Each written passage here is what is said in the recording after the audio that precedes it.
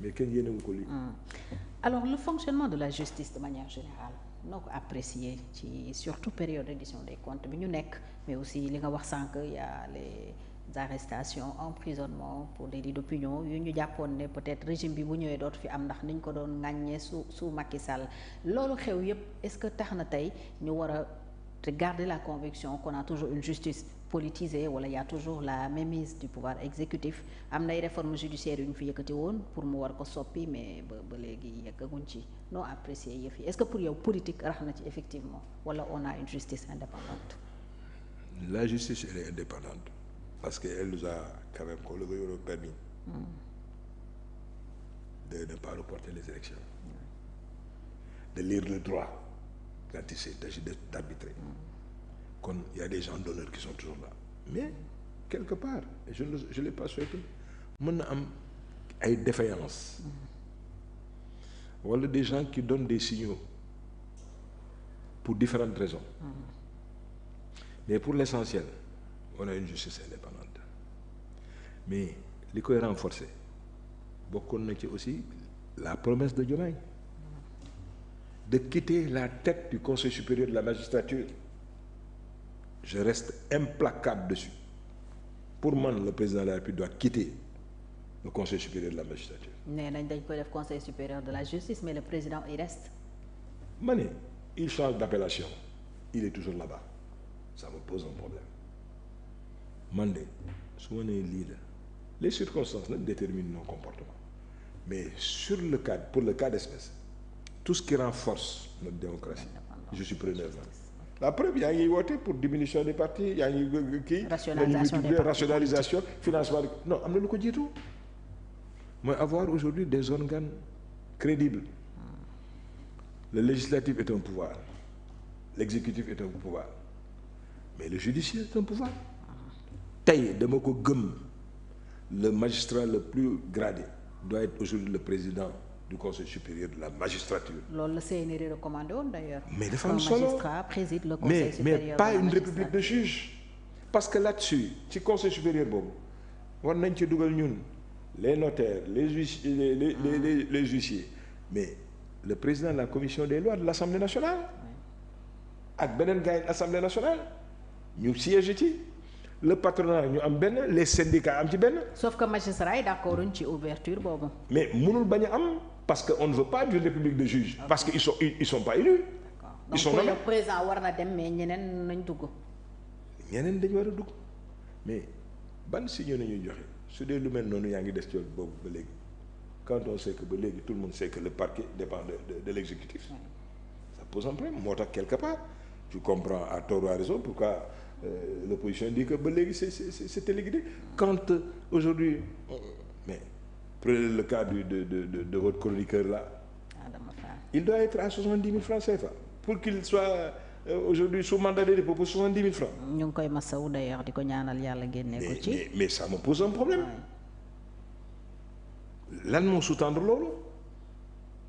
le boy là ba ma doon wax sànq. Abdou Nguer lan moo mën a c'est pas bon. Ces signaux là baaxul en rupture yi pour le cas d'espèce non loolu su yàqul du defar mais jusqu'à preuve du contraire. Et connaissant aussi le garde des Sceaux, ministre de la justice Ousmane Diagne booy temps la nitu dëkk bi la bien éduqué très élégant xam boppam am cursus jaar su Wade et cetera mais c'est pas à cet âge-là qu'il va changer. Am na loo xam ne su ko gisul mais il aura l'amour, la dignité de dem yoonam parce que xam na ne que l'image qu'il renvoie à sa famille, à cette génération, encore une fois, va perdurer. L'actuel procureur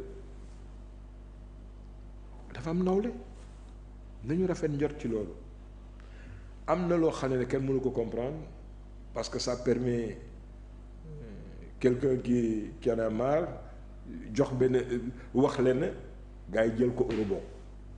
Et n'oubliez pas que Sonko a dit oui, il y a des choses que nous tolérerons plus, etc. Tolérance zéro. S'il y a des gens qui font du zèle, ils peuvent effectivement, mais les magistrats de siège ne sont pas liés autant que les procureurs. Ils savent lire le droit. Sauf que présence président ci conseil supérieur de la magistrature dafa nekk épée de Damoclès. Des fois ça pose des problèmes parce que ci seen carrière la. mais nañu gëm yàlla te xam ne mooy fal. mais des fois aussi il y a des jugements yoo xam ne da ngay sentir carrément que c'est des juges indépendants. oui. qui agissent. mais fi ndox nanta boo léegi soo fa demee fekk fa tepe am nañu am principe de ba léegi ci magistrature bi te pour man il représente 99,99%. si tant effectivement qu'il y a une défaillance 0, la am na lu ñu gëm. donc xel mun na dal ci justice bi. man de sama xel day dal mais li ma naqadi rek dama koy wax man mooy Diomaye waroon na respecté kàddu. li mu wax ne moo tax mu des fa pour yow loolu taxaw. non ne lu mu wax nee na magistrat ñoo bañ mu. certain loolu mooy lan à qui profite le crédit certains magistrats yan magistrats. pour yow daa bëggutoon génn rek. ban pour man dafa bëgguloon génn ren dëgg bi dañ koy wax ñëw na toog la gis na réalité yi c'est un pouvoir. oui il l'exploite du leneen. moo tax wax naa la ko léegi circonstance yi daal des fois dafay déterminer. position sur beaucoup de choses xoolal bi ñu kàddoom de wéy kii fonds politique yi ay dugg fi mais am na loo xam ne kenn du ko wax. mais fonds politique en tout cas ba pour ce que j'en sais man ci li fi ma nekkoon mais li mu réglé yëpp maa détaillé suñu sécurité nationale sax. dafa doon engagé wu tey ci lañu ay affaires yu ñu doon def. avec les fonds politiques mais c'est important da ngay fay ay salaires ay fonctionnaires dans des pays. da ngay régler ay parce que au nom de ta sécurité nationale. oui parce que réew yooyu bu ñu stable dafay. mais kon soo xalaatee ne ko loolu parce que kooku kenn mënu ko bind ci benn budget et chapitre bi ne pour corruption ou pour payer les salaires de la France kooku ñemewuloo ko wax. mais kooku fan nga koy régler loolu ci suuf mooy yi ma lay wax yi nga xam ne ci suuf nga koy régler. mais doo ko régler ci au grand jour. te loolu fonds politique moo koy def. am na yenn hostilité yoo xam ne mais yow il faut nga déstabiliser ma sàmm ma dem ba yi mu lay jaay il faut nga fay ko waaw loolu fan koy jëlee xaalis boo ko defee au nom de ta sécurité nationale confronté aux réalités parce que léegi les gens ne comprennent pas ils sont au pouvoir. ils savent ce que c'est que le pouvoir ñu ngi koy noyyi ñu ngi koy gis au quotidien parce que nekk au pouvoir moo lay permettre nga toog Ibra Ka bi nekk Fongoli mi ñu sàcc béyam nga xam ko waaye yooyu recevoir xam nga lu mu fanaanee xam nga lépp ci moom loolu pour ku équilibré wul moo tax ñu naan le pouvoir rend fou. le pouvoir absolument fou. sama bàyyi bu baax bi daan wax ne Mamour ma ne ko mu ne ma mais l'immensité des pouvoirs d'un chef d'État africain est incommensurable. su fekkul yow diine nekk ci yow mais da ngay dof xoolal ay yaay jàmme ni mu defee woon benn moment parce que tu penses quelque part que tu as droit de vivre et de mort sur tes populations. parce que tout puissant.